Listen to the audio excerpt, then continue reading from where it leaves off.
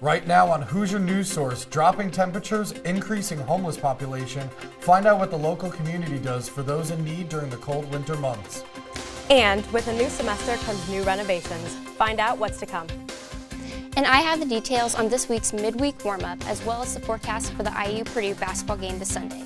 Hoosier News Source starts now.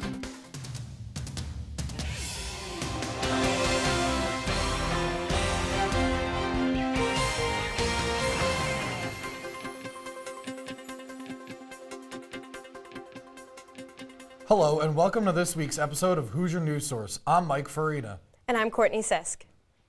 To start off the show, Sarah joins us live in studio with this week's weather. Sarah? Thanks, Mike. So on Wednesday, we can expect colder temperatures after the brief warm-up we had this weekend. So at 9 a.m., as you're walking into class, temperatures will be really cold at 31 degrees, and there will even be a chance of snow and flurries. And as you're walking to class from noon to 3 p.m., temperatures will only warm up to about 35 degrees, so I definitely recommend bringing a coat. And we can expect temperatures to go up the rest of the week, but unfortunately for Sunday's game against Purdue, the weather is not looking too good for IU basketball fans. So temperatures will only get as high as 43 degrees, and then if you're one of the fans that is planning on getting in line hours before the door opens, I will recommend bringing a coat and an umbrella, as Sunday's forecast unfortunately calls for rain and snow. So the chance of precip is 50 degrees and the cold temperatures will be at 32 degrees. Now let's take a look at what the rest of the week looks like for Bloomington. So on Wednesday, there's chance of flurries, and then you can see as we progress throughout the week, temperatures will rise, getting into the low 50s, and then as we head into Sunday, unfortunately a miserable day for IU basketball fans waiting in line, and then as we head into Monday, Tuesday, temperatures rising a little bit. And that's all for this week's weather. Mike, Courtney, if you plan on going to the game this Sunday, stay warm and stay dry. Back to you.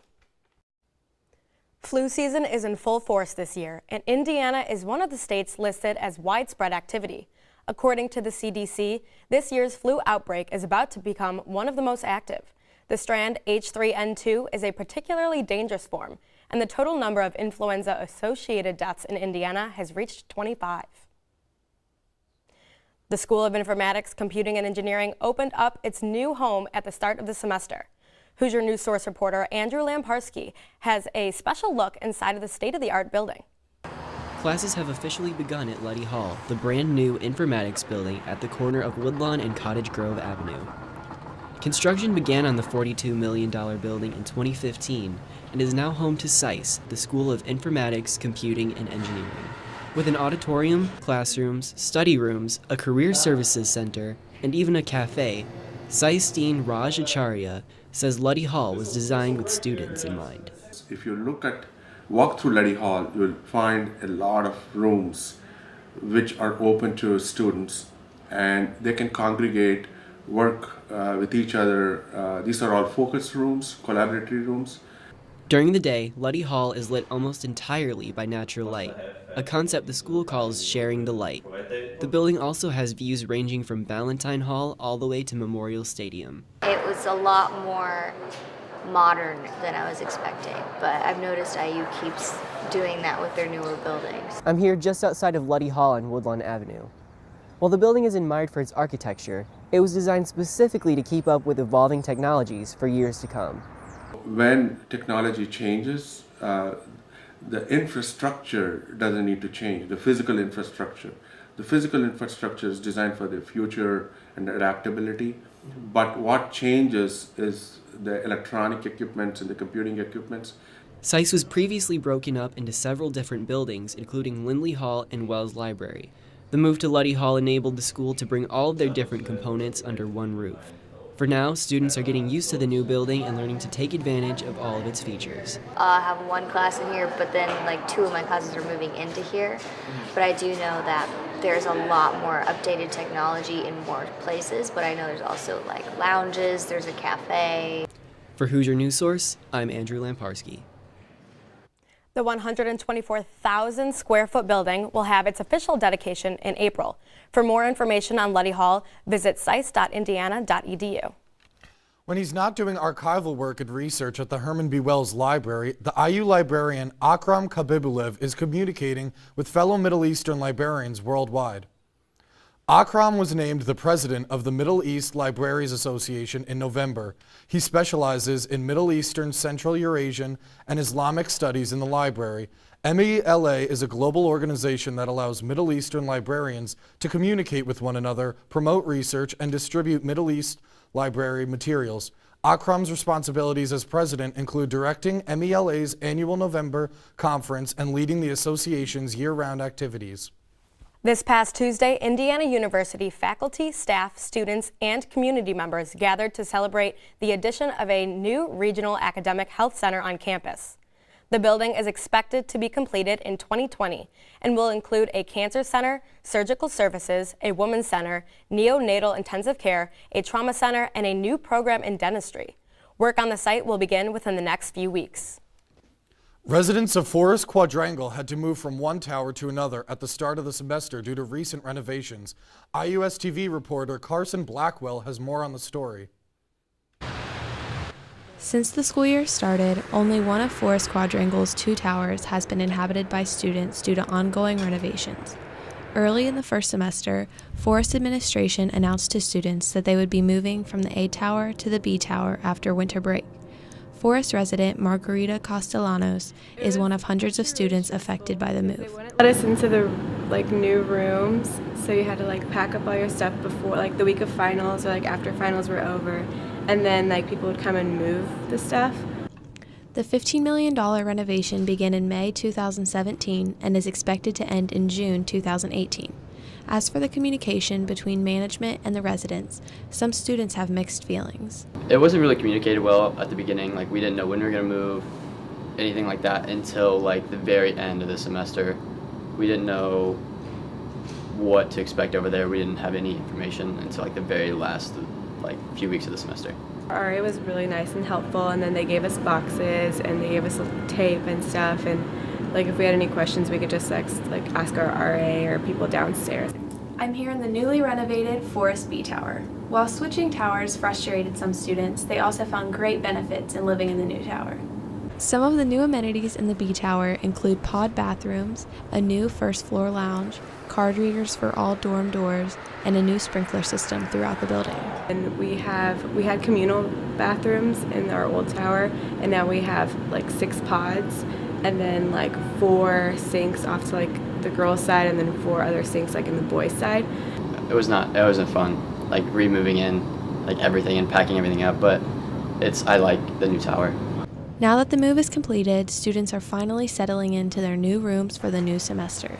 For Hoosier News Source, I'm Carson Blackwell. Starting in fall 2018, both towers will be open and ready for new residents to move in. For more information on the renovation, visit rps.indiana.edu.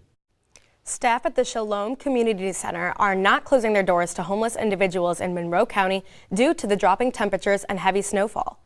The Shalom Center offers meals, life essentials, and crisis casework for individuals without a home. During winter months, the center is open on most weekends, serving the homeless 7 days a week. Overnight shelter is offered at the Shalom Center's partner, A Friend's Place, located on 919 South Rogers Street. For more information about the community center, visit their website at shalomcommunitycenter.org. Coming up, we tell you how the Hoosiers did in sports this week. Plus, more details on a border agreement between North and South Korea. These stories and more coming up. Stay with us.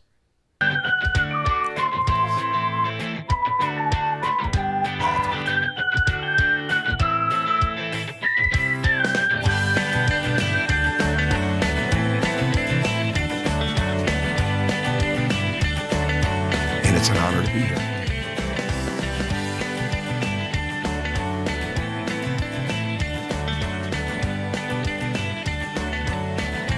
After suffering a season-ending injury in late March,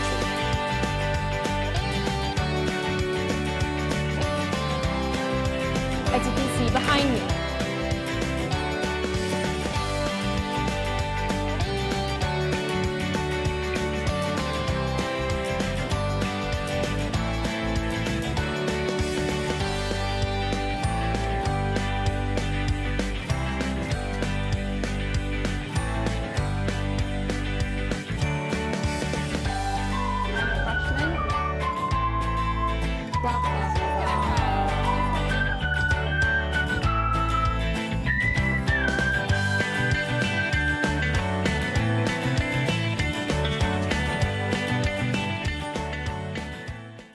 Welcome back. Over winter break, 6 IU students traveled to Panama to teach dance classes to underprivileged kids.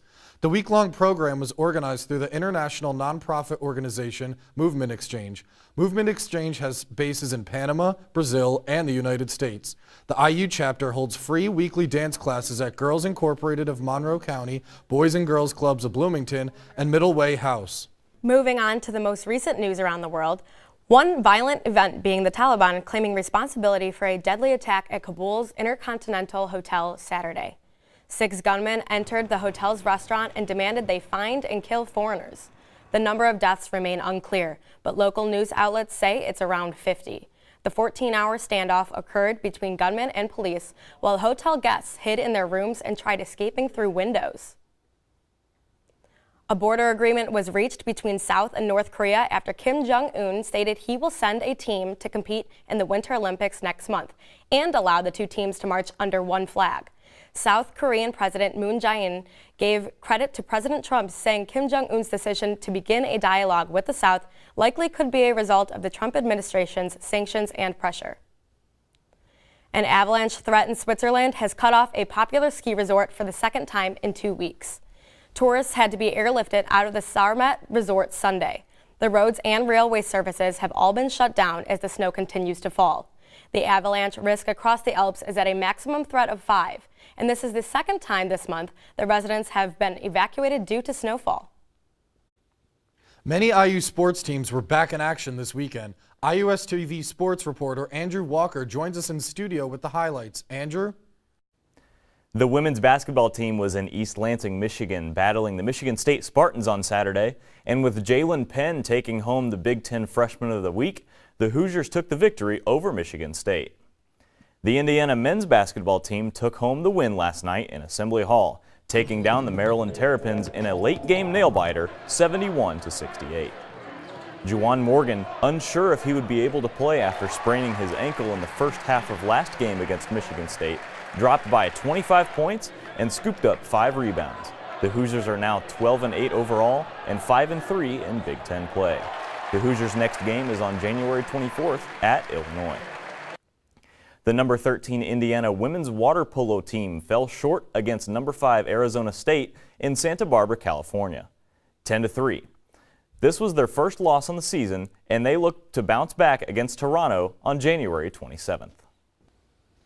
Well, are you guys going to make it to the IU Purdue basketball game? Absolutely. Of course. If there's one game that's a must, it's the IU Purdue game.